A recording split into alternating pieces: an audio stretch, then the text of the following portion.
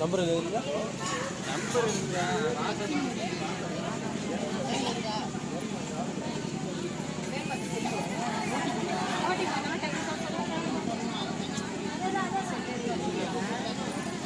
எது வச்சிடலாமா? அதாம்மா பாம்பு. அது கீழ்ச்சி கொடுப்பாங்கம்மா அவங்க கையை போட்டு.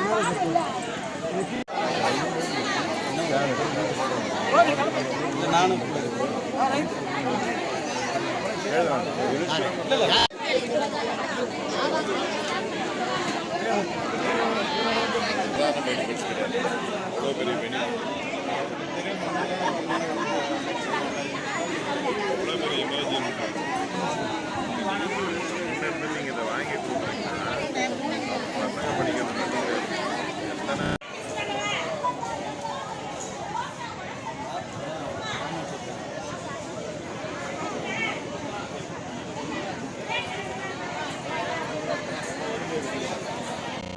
ஊராட்சி மன்ற தலைவர் அன்பிற்குரிய நிகழ்ச்சியில கலந்து கொண்டு இந்த தொழிலாளர் நல வாரிய உறுப்பினர் அட்டைகள்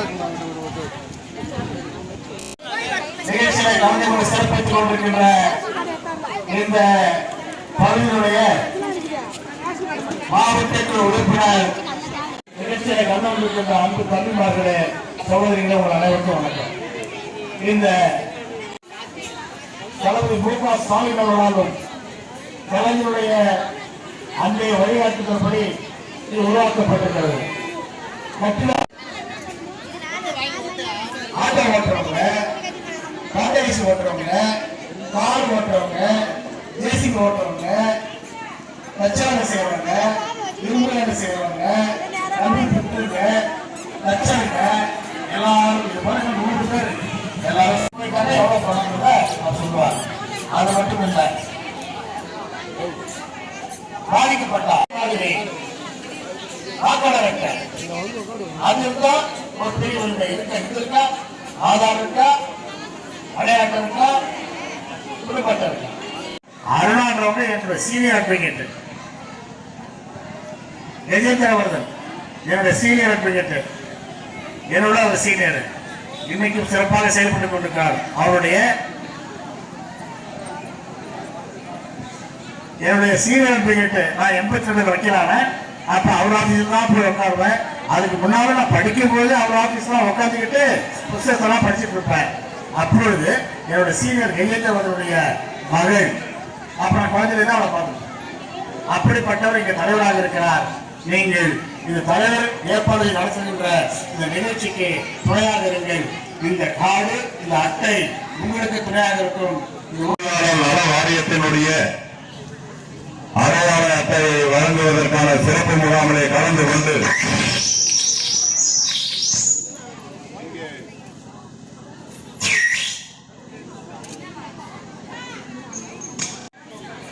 இந்த தொகுதியினுடைய முன்னாள் சட்டப்பேரவையினுடைய உறுப்பினர் சகோதரர் சிவானந்தம் அவர்களே இருக்கின்றீர்கள். இந்த முகாம் என்பது எதற்கான முகாம், ஏன் உங்களுக்கு இது இந்த அட்டை பயன்படும் என்பதனை இங்கே பெரிய அளவிலே பெயர் பலகைகள் வைக்கப்பட்டிருக்கின்றது. அது மட்டுமல்லாமல் உங்களுக்கு துண்டு பிரச்சாரங்கள் வழங்கப்பட்டிருக்கின்றது. இந்த அட்டையை பெற வேண்டும் என்று சொன்னால் இந்த கூட்டமைப்பத்தில் இருக்கக்கூடிய தாய்மார்களாக இருக்கட்டும், பல்வேறு தொழில்களை செய்யக்கூடியவர்களாக இருக்கட்டும், அவ்வளவு எளிதாக இந்த அடையாள அட்டையை தர முடியாது. இதற்கு முன்பு இந்த அடையாள அட்டை யார் வைத்திருப்பார்கள் என்று சொன்னால் இந்த பகுதியில் இருக்கக்கூடிய துப்புரவு தொழிலாளர்கள் இருப்பாங்க நினைக்கிறேன், அவர்கள் வைத்திருப்பார்கள். அவர்களுக்கு என்று தனி சங்கம் இருக்கிறது. அதனால அந்த சங்கத்தின் மூலமாக இந்த அடையாள அட்டையை அவர்களுக்கு வைத்திருப்பார்கள். அவர்களுடைய பிள்ளைகளுக்கு தேவையான கல்வித் தொகையை பெற்றிருப்பார்கள்.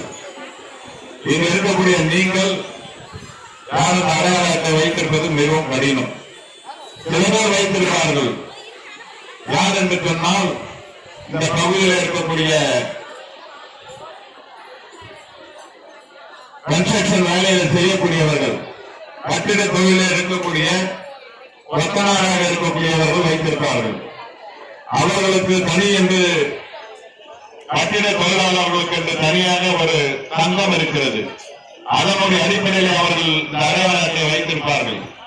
அந்த சங்கத்தில் உறுப்பினரான பிறகு அந்த சங்கத்தில் உறுப்பினராக கூட பணம் கேட்டிருப்பாங்க. பணத்தை வாங்கிட்டு தான் அவங்க சங்கத்தில் உறுப்பினர் ஆவாங்க. அந்த சங்கத்தினுடைய வேலை என்ன என்று சொன்னால், இந்த கூட்டாளிப்பட்டில் இருக்கக்கூடிய கட்டிட தொழிலாளர்களுடைய சங்கத்தினுடைய வேலை அரசாங்கத்தில் இப்ப நாங்க கொடுக்க போறோம் பாருங்க. இந்த தொழிலாளர் நல வாரியத்தில் அவர்களை பதிவு செய்து அவர்களுக்கு இந்த அடையாள அட்டை வாங்கி கொடுப்பார்கள். வாங்கி கொடுக்கின்ற போது அந்த அடையாள அட்டையில வாங்கி நிறைய கிராமத்தில் பயன்பெறுவது கிடையாது. ஏதோ அட்டை கொடுக்கறாங்க வாங்கி வச்சுக்கிட்டாங்க. இப்போதுதான் இந்த பகுதியில் இருக்கக்கூடிய அத்தனை பேருக்கும் இந்த அடையாள அட்டையினுடைய முக்கியத்துவத்தை தெரிந்து கொள்கின்றார்கள். நடந்த சம்பவத்தை ஒன்றை இங்கே தெளிவுபடுத்த விரும்புகின்றேன். கிராமத்தில் கீழ ஏழாமூர் என்ற கிராமத்தில் இதே மாதிரி முகாம் நடைபெறுகின்றது. முகாம் நடக்கின்ற போது அங்கே ஒரு பத்திரிகை நிருபர் வருகின்றார். பத்திரிகை நிருபர் வந்து எங்களை எல்லாம் வீடியோ பிடிக்கிறார். வீடியோ பிடிச்சிட்டு 2 தினத்திற்கு அப்புறம் எனக்கு தொலைபேசியில தொடர்பு கொள்கின்றார். தொலைபேசியில தொடர்பு கொண்டு என்னிடத்திலே பேசுகின்றார். நான் சொன்ன அவர்கிட்ட ரொம்ப மகிழ்ச்சி, ரொம்ப நன்றி. நீங்க தொலைபேசியில நீங்க எடுத்த வீடியோ நான் சன் டிவியில பார்த்தேன். எங்க முகாமை நடத்துகின்றத போட்டிருங்க, ரொம்ப நன்றி நான் சொன்னேன். ஆனா நீங்க அந்த முகாம் நடத்துகின்ற போது நான் டிவியில போடுகின்ற போது இதனுடைய முக்கியத்துவம் எனக்கு தெரியவில்லை. உங்களிடத்துல உதவி கேட்டுதான் இப்போதான் உங்களுக்கு தொலைபேசியில தொடர்பு கொண்டு பேசிக் கொண்டிருக்கிறேன் என்று சொன்னார். என்ன பண்ணணும்னு கேட்டேன். கேட்கின்ற போது அவர் சொன்னார், நானும் செஞ்சி பக்கத்தில் இருக்கக்கூடிய உங்களுக்கு தெரியும், அவர் சொன்னார், உங்களுக்கு தெரியும், தாண்டவ சமுத்திரத்தில் இருந்து அந்த ஊராட்சி மன்ற தலைவரும் கவுன்சிலரும் அந்த பகுதியை சார்ந்த பெரியாட்கள் நாட்டாளர்கள் எல்லாம் நாங்கள் 2 காரிலே சென்னைக்கு வந்திருக்கிறோம் என்று சொன்னார். அதே நான் என்ன பண்ணணும் கேட்டேன். என்ன விஷயம் கேட்கின்றேன். சென்னையில இருக்கக்கூடிய சென்னையில எங்க நான் கேட்கிறேன், மணிப்பாக்கத்துக்கு வந்திருக்கிறேன் என்று சொன்னார். சொல்கின்ற போது அவர் சொன்னார், தாண்டவ சமுத்திரத்தை சார்ந்த பெரியார் வேலை செய்யக்கூடியவர் ஒரு பில்டிங்ல வேலை செய்துட்டு இருக்கும்போது, வீடு கட்டிட்டு இருக்கின்ற போது எலக்ட்ரிக் ஷாக் அடித்து இறந்து விட்டார் என்று எங்கிட்ட சொல்றார். எலக்ட்ரிக் ஷாக் அடித்து இறந்துட்டாரா அப்படின்னு சொல்லிட்டு நான் என்ன பண்ணணும் அப்படின்னு கேட்டேன். அங்க இருக்கக்கூடிய ஏதாவது உதவி வேண்டுமா, அங்க இருக்கக்கூடிய அமைச்சர்கிட்ட சொல்லணுமா, சட்டமன்ற உறுப்பினர்கிட்ட சொல்லணுமா, கவுன்சிலர் கிட்ட சொல்லணுமான்னு கேட்டேன். அதனால வேண்டாம், நானும் இங்க செஞ்சியில இருந்து வந்திருக்கக்கூடிய ஊராட்சி மன்ற தலைவர் எல்லாம் பேசணும். அந்த வீட்டுக்காரர்கிட்ட ஏதாவது பேசி அந்த இறந்து போன குடும்பத்திற்கு ஏதாவது செய்ய வேண்டியதானு சொன்னேன். அவர்கள் பேசுகின்றார். அந்த வீடு கட்டுறவர்கிட்ட ஓனர்கிட்ட போய் பேசும்போது, நான் வீடு கட்டுவது லோன் போட்டு வீடு கட்டுறேன். லோன் போட்டு வீடு கட்டுகின்ற இந்த பணியில இருக்கின்ற போது அவர் இறந்து விட்டார். யாராவது குடும்பத்துக்கு இறந்துட்டாங்க. அவர் சொல்லும் போது என்கிட்ட சொல்றார், சின்ன வயசு அந்த பெரியார் வேலை செய்தவருக்கு வயது என்பது குறைந்த வயது. திருமணமாகி கை குழந்தையோடு அவருடைய மனைவி அழுது கொண்டிருக்கின்றார். அவங்க வயசு பாத்தீங்கன்னா அழுதுட்டு இருக்கிறாங்க. கை குழந்தையோட வீட்டுக்காரர் இறந்து போயிட்டானேன்னு சொல்லிட்டு இறந்து போயிட்டாங்களே, சின்ன வயசு, ஊர்ல சொத்து கிடையாது, சொத்து இல்லாதனால இறந்துட்டு அழுதுட்டு இருக்கிறாங்க. ஏதாவது உதவி பண்ணணும்னு நான் சொன்ன அந்த பில்டிங் ஓனர் கிட்ட கேளுங்கன்னு சொல்றேன். கேட்கின்ற போது அவங்க சொல்றாங்க, அவர் இந்த பில்டிங்ல வேலை செய்கின்ற போதுதான் இறந்து விட்டார். அந்த பில்டிங்ல வேலை செய்யும் போதுதான் இறந்துட்டார். ஆனா நீ வேணா என் மேல எஃப்ஐஆர் போட்டுக்கோ, என்னால பணம் தர முடியாது, நான் லோன் போட்டு வீடு கட்டணும்னு சொல்றாரு. நான் மறுபடியும் அவர்கிட்ட சொல்றேன், சரி அவரை விடுங்க, அந்த பில்டிங் கான்ட்ராக்ட் எடுத்து வேலை செய்யறாருல அவர்கிட்ட ஏதாவது உதவி கேளுங்கன்னு சொல்றேன். பில்டிங் வேலை செய்யக்கூடிய கான்ட்ராக்ட் எடுத்து வேலை செய்யற மேஸ்திரி கிட்ட கேட்கிறார், மொத்தம் 3 லட்சம் தான் கான்ட்ராக்ட் வேலை. 2 லட்சம் ரூபாய் ஆல்ரெடி வாங்கி நான் கொடுத்துட்டேன். இன்னும் 50,000 தான் இருக்குது, என்னால தர முடியாதுன்னு அவரும் சொல்றாரு. சரி, நான் என்னங்க பண்ணணும்னு கேட்டேன். அந்த அண்ணா, நீங்க இந்த கேம்ப் நடத்தும் போது வயலாம்பூர்ல கேம்ப் நடத்துறீங்க. கேம்ப் நடத்தும் போது கேம்பினுடைய முக்கியத்துவம் எனக்கு தெரியல. ஆனா அந்த நோட்டீஸ் நான் பாக்கெட்ல வச்சிருக்கிறேன். பணியின் போது இறந்து விட்டால் அந்த குடும்பத்திற்கு 5 லட்சம் ரூபாய் தருகிறேன் என்று சொன்னீங்க. அவங்க வேலை செய்யக்கூடியவர் இறந்து விட்டார், அதனால 5 லட்சம் ரூபாய் தருவோம் சொன்னீங்க. நீங்க இதை வாங்கி கொடுத்தா பெரிய புண்ணியமா போயிடும் சொல்றார். அப்ப நான் சொல்றேன், எனக்கு இந்த புண்ணியம் கிடையாது. தமிழ்நாட்டினுடைய முதலமைச்சராக இருக்கக்கூடிய மாநிலமுக்கு தமிழ்நாடு முதலமைச்சர் முத்துவேல் கருணாநிதி ஸ்டாலின் அவர்களுக்கு தான் இந்த புண்ணியம் போய் சேரும் சொல்றேன். இல்லைன்னா எது எப்படியோ அந்த அம்மாவை பார்க்கும்போது ரொம்ப பரிதாபமா இருக்குது, அழுதுகிட்டே இருக்குது. கை குழந்தையோட இருக்கிறாங்க, ஊர்ல சேர்ந்து சொத்து எதுவும் கிடையாது, கூட வீட்டுல இருக்காங்க. வீடு கூட பாத்தீங்கன்னா புறம்போக்கு இடத்துல தான் இருக்குதுன்னு சொல்றாரு. எப்படியாவது உதவி செய்யுங்கள் என்று கேட்கின்றார். நான் உடனே சொன்னேன், சரி நான் நீங்க கேட்கின்ற பொழுது, நீங்க அந்த கேம்புக்கு வருகின்ற பொழுது 5 லட்சம் ரூபாய் தான். 2 தினத்திற்கு பிறகு நான் தமிழ்நாடு முதலமைச்சர் ஸ்டாலின் அவர்களும், நான் தமிழ்நாடு துணை முதலமைச்சர் அண்ணன் உதயநிதி ஸ்டாலின் அவர்களும் பணியின் போது இறந்து விட்டால் 8 லட்சம் ரூபாய் என்று அறிவித்திருக்கிறார்கள் என்று சொன்னேன். அந்த குடும்பத்துக்கு, இறந்து போனவர்களுடைய குடும்பத்திற்கு அந்த அம்மா கிட்ட சொல்லுங்க, 8 லட்சம் ரூபாய் வாங்கி தரேன்னு சொல்லுங்க சொன்னேன். 8 லட்சம் மட்டும் அல்ல, ஈமச்சடங்குக்கு 55,000 அறிவிச்சிருக்காங்க, அதையும் சேர்த்து வாங்கி தரேன்னு சொன்னேன். சொல்லுகின்ற போது அந்த அம்மா கிட்ட ஒரு வார்த்தை மட்டும் நான் போய் கேட்க சொல்றேன். அம்மா நீ கவலைப்படாத, அவர் சொல்றாரு, நீ கவலைப்படாத, உங்க குடும்பத்துக்கு இந்த பில்டிங் ஓனர் பணம் கொடுக்கலன்னா பரவாயில்ல, தமிழ்நாடு அரசாங்கம் 8 லட்சம், நான் கூட உங்களுக்கு 5 லட்சம் ரூபாய் நான் சொன்னேன், 8,55,000 வாங்கி தரேன் அண்ணன் சொல்லிட்டாரு. நீங்களும் உங்க குடும்பமும் கவனிச்சுக்கலாம், ஒண்ணு கவலைப்படாதன்னு சொல்றாரு. சொல்லிட்டு நான் கேட்கிறேன், அந்த அம்மா கிட்ட கேளுங்க. அந்த அம்மா அவங்க வீட்டுக்கார கொத்தனார் தானே, அதனால அந்த அம்மா கிட்ட கேளுங்க. கொத்தனார் சங்கத்துல ஒரு கார்டு வாங்கி வச்சிருப்பாங்க. அந்த கார்டு இருந்தால் 8,55,000 வாங்கி தர சொல்றாரு. அழுதுட்டே இருக்கிற அந்த அம்மா கிட்ட போய் கேட்கிறாரு, ஏன்னா உங்க வீட்டுக்கார பெரியார் வேலை செய்யறாரு, கொத்தனார் சங்க கார்டு வச்சுக்கிறாரான்னு கேட்கிறாரு. கேட்கிற போது அந்த அம்மா சொல்லுது, அதெல்லாம் நான் வச்சிடல, எங்களுக்கு தெரியுதுன்னு சொல்றேன். இறந்து போய்விட்டார், 8,55,000 அந்த குடும்பத்துக்கு கொடுக்கணும். ஆனா இந்த கார்டு இருந்தா அந்த குடும்பத்துக்கு 8,55,000 கிடைச்சிருக்கும். ஆனா கொடுக்க முடியல, எப்படியாவது உதவி பண்ணுன்னு சொல்றாரு என்கிட்ட. இந்த கார்டு இருந்ததுனால அப்ப நான் சொன்னார். அவர் சொல்கின்றார், நான் கீழே வருகின்ற பொழுது இந்த கேம்பினுடைய முக்கியத்துவம் தெரியல. இந்த அடையாள அட்டை இல்லாதனால் அந்த குடும்பம் எப்படி நடுத்தருவிலே தவிர்த்து நின்று கொண்டிருக்கிறது என்பதை நான் இங்கு உணர்ந்தேன் என்று சொன்னார். அதற்கு அடுத்தபடியாக நீங்க இருக்கக்கூடிய சட்டமன்ற உறுப்பினர்கள் நானும், ஏன் நீங்க அவ்வளவு தூரம் போறீங்க? பக்கத்தில் இருக்கக்கூடிய கொடிமாடு இதே மாதிரி கேம்ப் நடத்துறோம், பேசிக்கிட்டே இருக்கிறோம். பேசிக்கிட்டே இருக்கும் நாங்க இருக்கக்கூடிய ஊராட்சி மன்ற தலைவர் பாபு அவர்கள், இவருக்கு தெரியும், பாபு வராரு. பாபு நிகழ்ச்சி நடத்திட்டே இருக்கிறோம். அந்த அம்மா ஒருத்தர் அட்டை வச்சிருக்கிறாங்க. அட்டையை எடுத்துட்டு எங்க வீட்டுக்காரர் இறந்துட்டாரு, 8,55,000 எப்படியாவது வாங்கி கொடுக்குன்னு சொல்றாரு. அந்த அட்டையை வாங்கி பாக்குறேன், 3 வருஷமாச்சு ரினியூல் பண்ணல. 3 நாட்கள் ஆயிடுச்சு, அந்த அட்டை வச்சு இருக்காங்க, ரினியூல் பண்ணல. அதனால அந்த குடும்பத்துக்கு வாங்கி கொடுக்க முடியல. இன்னொரு அம்மாவோட அட்டை எடுத்துட்டு வருது. நான் பாருங்க, நீங்க என்ன ஸ்கூலுக்கு பணம் கொடுக்க சொல்லுங்க, நான் அட்டை வச்சிருக்கேன், எனக்கு அக்கௌண்ட்லயே வரலன்னு சொல்லுது. நான் சொன்ன அப்பதான் இந்த அட்டை இருந்தால் 6ஆம் வகுப்பு வரை படிக்கக்கூடிய, 6ஆம் வகுப்புல இருந்து 8ஆம் வகுப்பு வரை படிக்கக்கூடிய மாணவர்கள், மாணவிகள் யாராக இருந்தாலும் உங்களுடைய குடும்பத்தில் இருக்கக்கூடியவர்கள், ஏன்னா கொஞ்ச நேரம் இருந்தீங்கன்னா நான் பேசுவேன், இல்லைன்னா நீங்களே வாங்கி பயன்படுத்துங்க. 5 நிமிடம் இருந்தாதான் இந்த அட்டை வாங்கினத்தோட டைமை நான் சொல்லுவேன். ஏன்னா போன்ல பேசுறேன்னா 10ஆம் வகுப்பு வரைக்கக்கூடிய உங்க வீட்டுல எல்லாரும் பசங்க படிப்பாங்க. ஏன்னா இது வரைக்கும் அதெல்லாம் வாங்கியிருக்கீங்க. இந்த கூட்ட ஏற்பட்டுல யாராவது ஒருத்தவங்க வாங்கியிருக்கீங்களா? தெரியாது, அறியாமை. அதாவது 8ஆம் வகுப்புல இருந்து 10ஆம் வகுப்பு வரைக்கும் படிக்கக்கூடிய மாணவ மாணவிகளுக்கு 2,400 ரூபாய், 12ஆம் வகுப்பு படிக்கக்கூடிய மாணவ மாணவிகளுக்கு 3,000 ரூபாய் இந்த அட்டை இருந்தா. யாரெல்லாம் இதுல சேரலாம். அது மட்டுமல்ல, 3000 ரூபாய் படிக்கக்கூடியவர், கல்லூரியில படிக்கக்கூடிய யாராவது நம்ம பசங்க காலேஜ்ல படிப்பாங்க.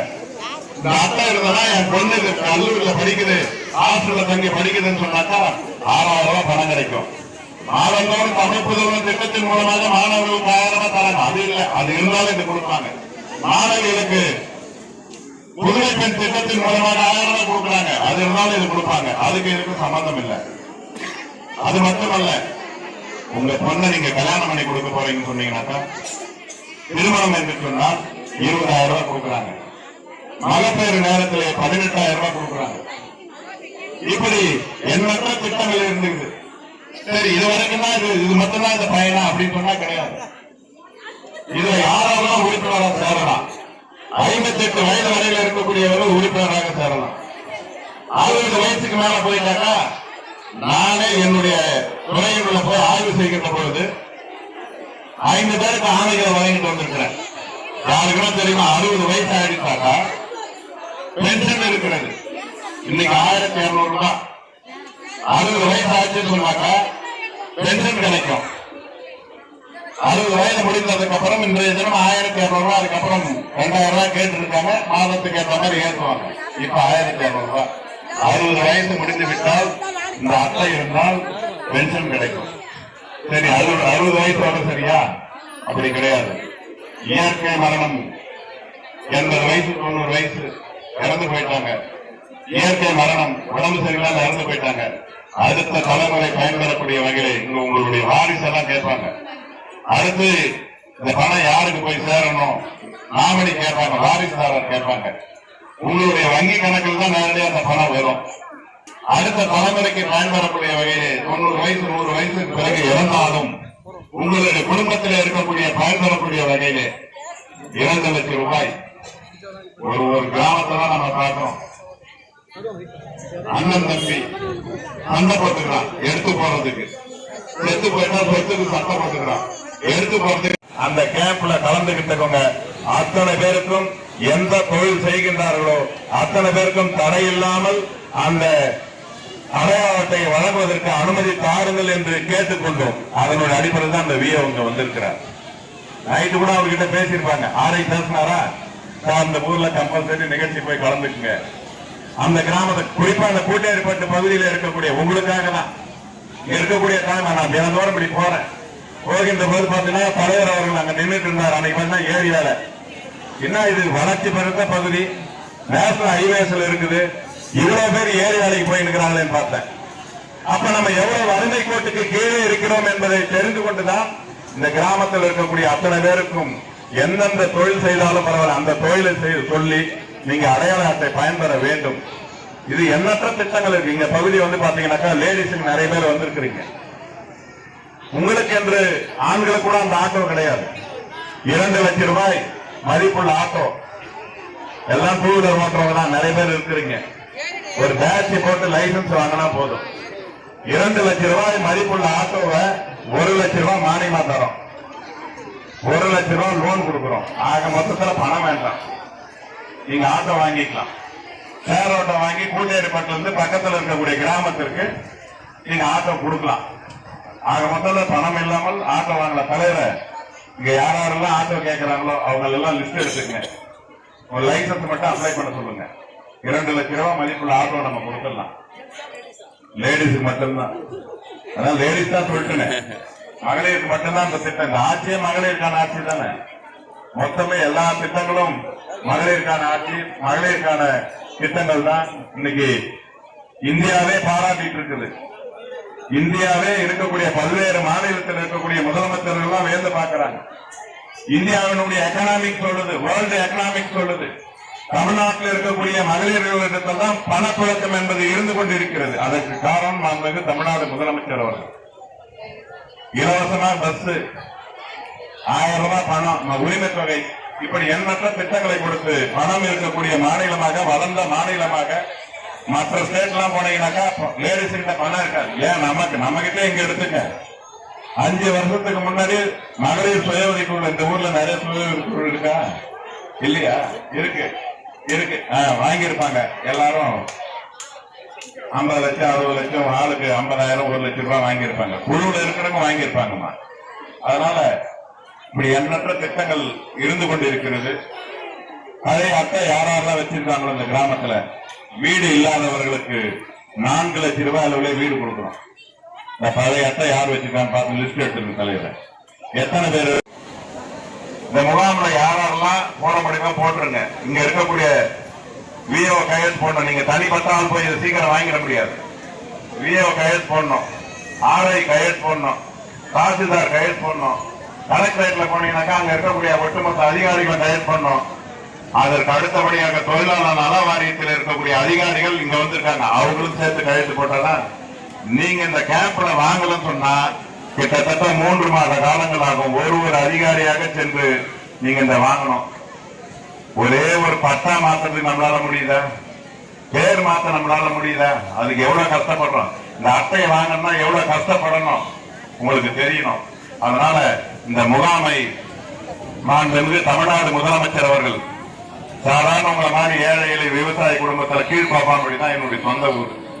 என்ன தமிழ்நாட்டில் இருக்கக்கூடிய 3 பேர்ல ஒரு ஆளா உறுப்பினராக போட்டிருக்கிறார்.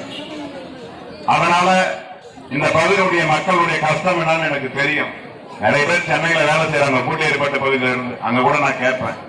பேசுகின்ற போது பேசணும்னு நமக்கு தெரியும் எந்த பாஷைன்னு. கோயம்புத்தூர்னா கோயம்புத்தூர் லாங்குவேஜ்ல பேசலாம், திருநெல்வேலினா திருநெல்வேலி, மதுரைனா மதுரை. நம்ம விழுப்புரம் மாவட்டத்தில் இருக்கக்கூடிய தம்பிமார்கள் அங்க நிறைய பேர் ஆட்டோ ஓட்டுறாங்க, பில்டிங் வேலை, எலக்ட்ரிஷியன், பிளம்பர், ஏசி மெக்கானிக் கூட பார்த்தேன். அன்னைக்கு கூட ஒரு தம்பி பார்த்தேன் பில்டிங் வேலை.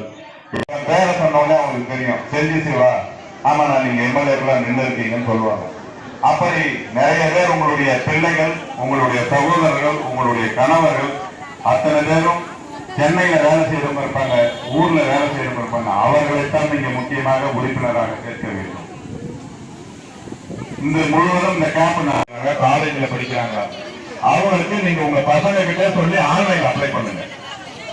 ஆன்லைன் அப்ளை பிரதிநிதி கவுன்சிலர் விஜயன் அவர்களையும் வந்து இந்த விழாவினை சிறப்பித்து நடத்தி முடித்ததற்கு நன்றியை சிறுபுரை ஆகியோருக்கும் நன்றியை தெரிவித்து நிறைவு பெறுகிறோம். வந்து பயன்படுகின்ற தாய்மார்களுக்கும் மாலை வரை இருந்து நீங்கள் பதிவு செய்து செல்ல வேண்டும் என்று அன்போடு கேட்டுக்கொண்டு நிகழ்ச்சிக்கு ஏற்பாடு செய்த ஊராட்சி மன்ற தலைவர் உள்ளிட்ட கழக உடன்பிறப்புகள் அனைவருக்கும் நெஞ்சார்ந்த நன்றியை தெரிவித்து நிறைவு செய்கிறோம். நன்றி, வணக்கம்.